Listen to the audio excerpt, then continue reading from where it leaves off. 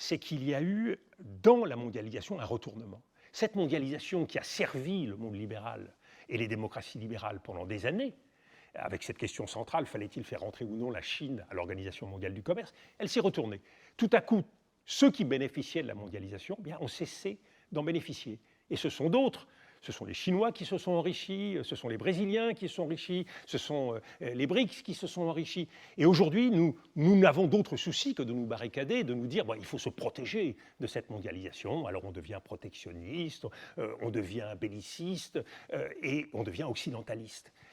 Dans cette évolution-là, eh bien, je comprends que les Français soient un peu perdus parce qu'ils n'ont pas eu le fil du récit. On ne leur a pas tout dit, on ne leur a pas tout raconté. Et le résultat, c'est quoi aujourd'hui? Et c'est là qu'est le drame, beaucoup plus que dans la recherche des responsabilités. D'où vient ce mal-être français? D'où vient ce malheur français?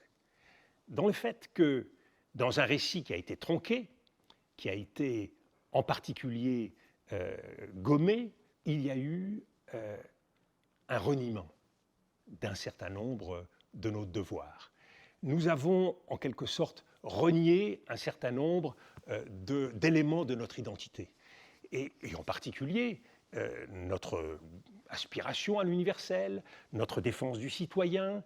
Et c'est ce qui explique qu'aujourd'hui, toute la politique française se construit autour d'un seul paramètre. Nous sommes une voiture qui n'a plus qu'un seul outil, qu'un seul organe, la pédale d'accélération.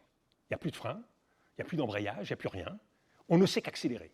Chaque fois qu'il y a un problème en France, la réponse, c'est la surenchère.